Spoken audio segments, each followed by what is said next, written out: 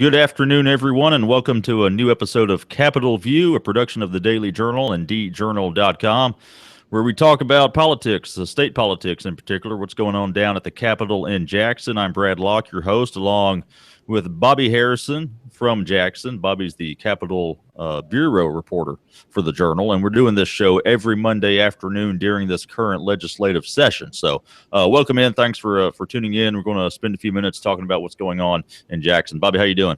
All right, Brad, how you doing? Can't complain, sir. It's been a busy week for you, though. Yeah, we had a little bit of everything last week, from major legislation being killed to 5-hour bills being read on the floor of the House. So it was an eventful week and a week of some firsts, some things. I've been doing this. Some people think I've been doing it since the state was incorporated, but I hadn't been doing it that long. But I'm doing it for a while, and we saw some things last week we've never seen before. Yeah, you mentioned the bill reading. There was a bit of a kerfuffle, if you will, controversy over this redistricting bill concerning state Supreme Court districts. The bill went through the House, moving on to the Senate, but some members of the Democratic Party, in particular the Black Caucus, took exception to this bill and staged a form of protest last week in the form of having I guess it was multiple bills, but one of them was 400 plus pages, having it read out loud by a machine. It's 2016. Machines do this now, but several hours worth of just listening to a bill being read, which has to be a cure for insomnia, if you ask me. But not something I guess you see all the time there, Bobby. No, the bill reading is not. I mean, you do see that on occasion. It's not that unusual. That you see it at least once a term. Maybe it was unusual to see it this early in the term. But it's not. I mean, the state constitution, 1890s constitution, gives any member the right to have a bill read before the final vote, and that's what the Black Caucus did when the Republican majority passed this bill to redistrict the Supreme Court districts in the way that they thought it would be more difficult to elect a minority or African American Supreme Court justice in the Central District. There's only one African American on the 9-member Supreme Court, and they thought this bill would make it more difficult to elect African Americans. So they objected and requested that the bills be read. And like I said, that in itself is unusual, but like I said, you see it once every session. What was unusual, it was perhaps the way the Republican majority, specifically House Speaker Philip Gunn, responded to that. He had the rules changed sort of midstream, which brought a bill out of Rules Committee to limit some of the avenues to slow down the process for the Black Caucus. He couldn't stop the bills from being read, but he could do other things. And he changed the rules to do that, which I mean, like I said, I've been not doing this for a long time. I've never seen the rules change in that manner, sort of in the middle of the process. I think I would have to go back. I racked my brain to try to think of another time when that's happened, and I can't think of it. I mean, it probably has happened sometime in the past, but I don't remember ever seeing it. So that created more hard feelings, and finally, after a lot of give and take Friday afternoon, they finally reached an accord, and they just started in session today, and so far, we don't have any bill readings right now. Oh, yeah, I was going to ask you, they had reached a truce and said there would probably be no bill readings today, Monday. So that's good to hear. It's all rainbows and unicorns down there, I guess. You mentioned Philip Gunn, what he did there. It's something called point of personal privilege. You touched on it in a couple of stories. We ran an AP story today that went more in depth. Tell us a little bit about what that is and kind of what Philip Gunn was trying to do there, changing that rule. Well, I always assumed it was in the Constitution, like the bill reading, but it's not. It's just in the House and Senate rules. But it's been in there as long as anybody can remember.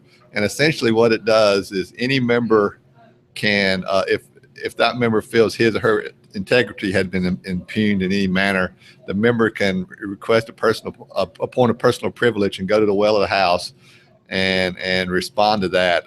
And there's wide latitude in the past. It's been wide latitude in how a member can respond in a point of personal privilege. And usually it can occur at any time. Former Speaker Billy McCoy, I think I wrote this weekend, I always refer to it as a sacred right of a member to have a point of personal privilege, and he would recognize a member at any time in the process for that point. Now, what the Republican majority would tell you is they felt that while the Black Caucus had not used the point of personal privilege to slow down the process last week, they felt that they were going to do that at some point in time. So to head off them doing that, to just slow down the process, they changed the rule. It was interesting in the Rules Committee when it was first brought up to eliminate the point of personal privilege. Ed Blackman from Canton, who is one of the longest serving members of the House and also one of the first blacks elected in the 20th century to the Mississippi legislature, one of the first four, I think, asked, has anyone abused that privilege? And Rules Committee Chair Jason White said no. Then he said, and Blackman said, why are you changing the rule then? White essentially said, because I want to. And so that was kind of the sort of part for the course of the going on last week in the back and forth between the Republican majority and the Black Caucus.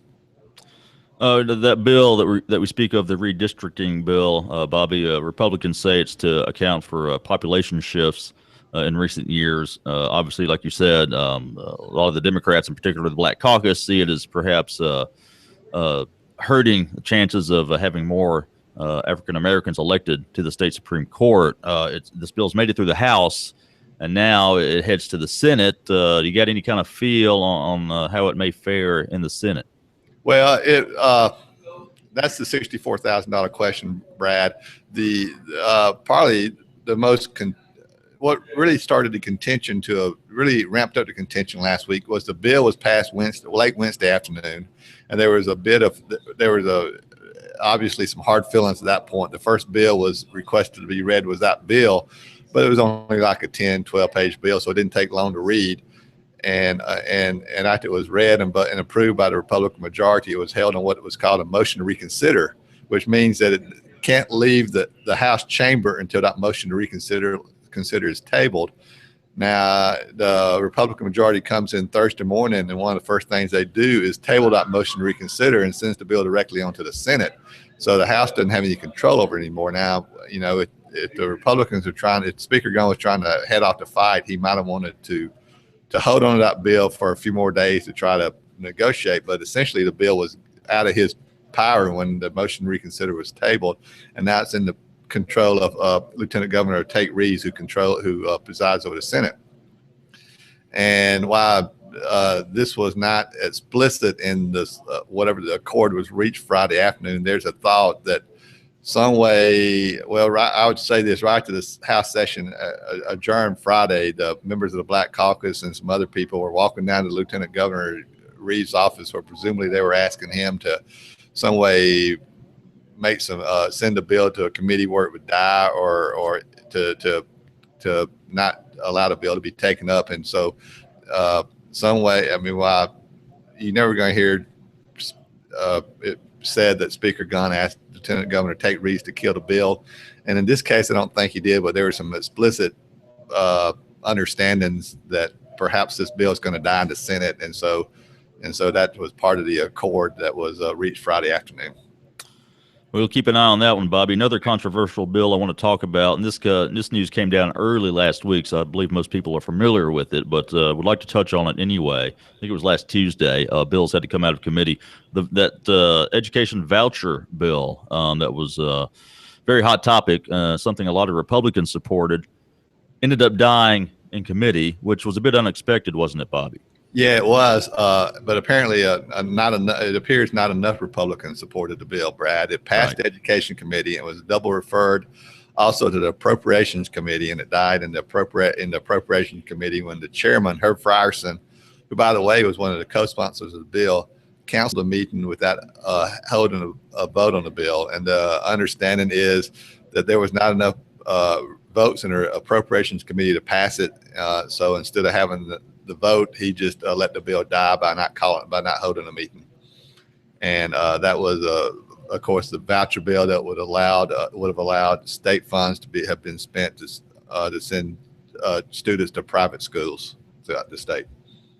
You wrote a column on this the other day, Bobby, kind of talking about the yeah, I can't remember who it was you said that you quoted, trying to make a distinction between public funds and taxpayer funds, which I think are the same thing. And just kind of, They you know, weren't mine.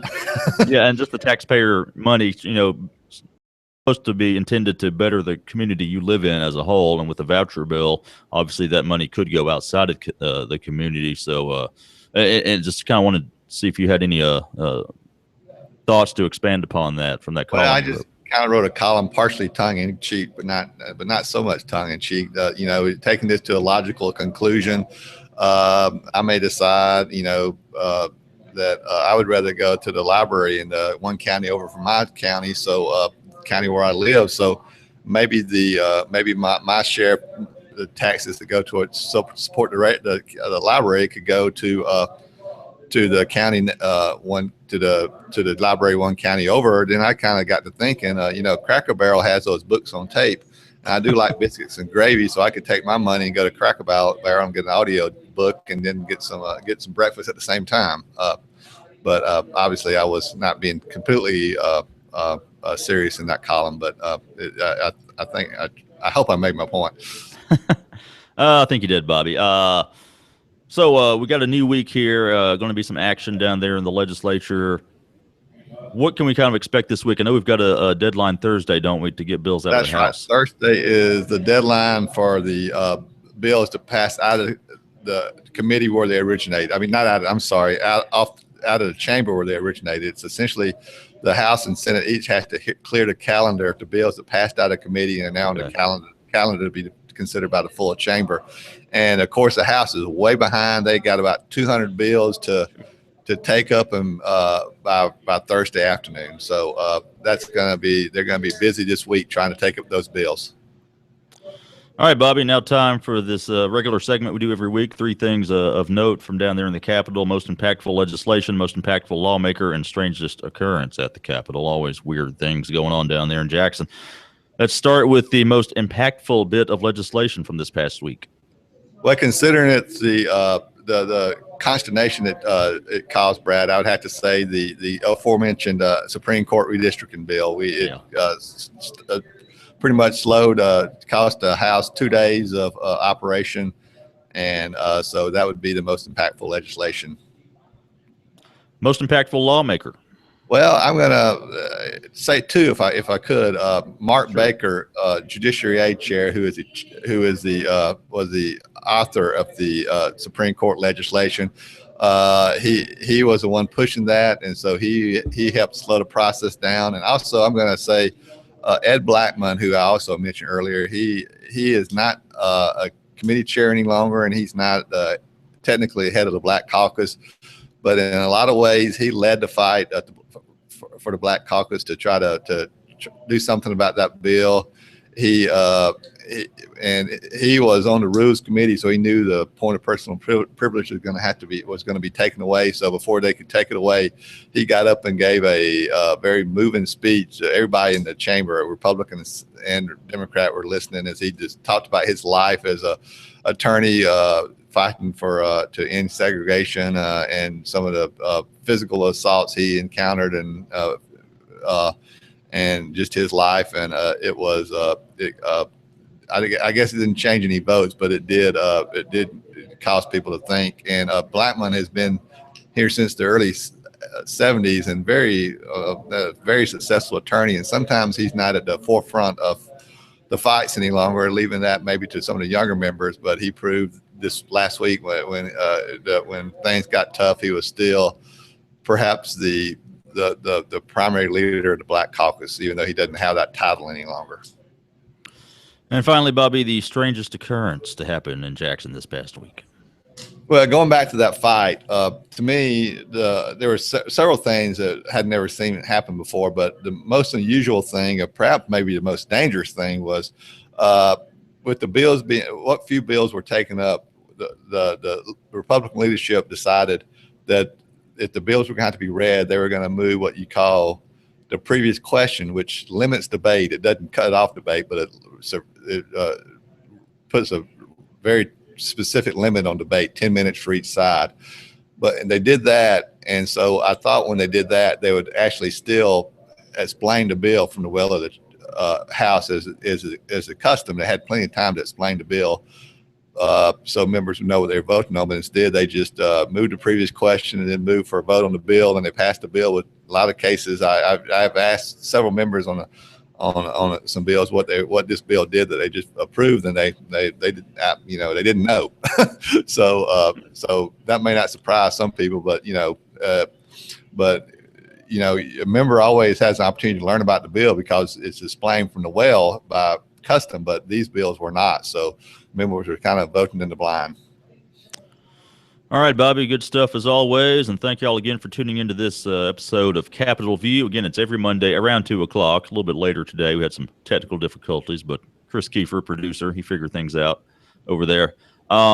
Again, every Monday during this current legislative session, we'll come to you live. If you missed this, if you missed the live stream, you can just watch the replay. Okay, so we'll keep it up on djournal.com for a while. You can watch it, and so you can also follow Bobby's coverage in the Journal and at djournal.com. Follow Bobby on Twitter at BobbyHarrison9. Follow me on Twitter if you wish at Brad Locke. And Bobby, good stuff as always, and we will see y'all again next Monday. All right, thanks, Brad. Yes, sir.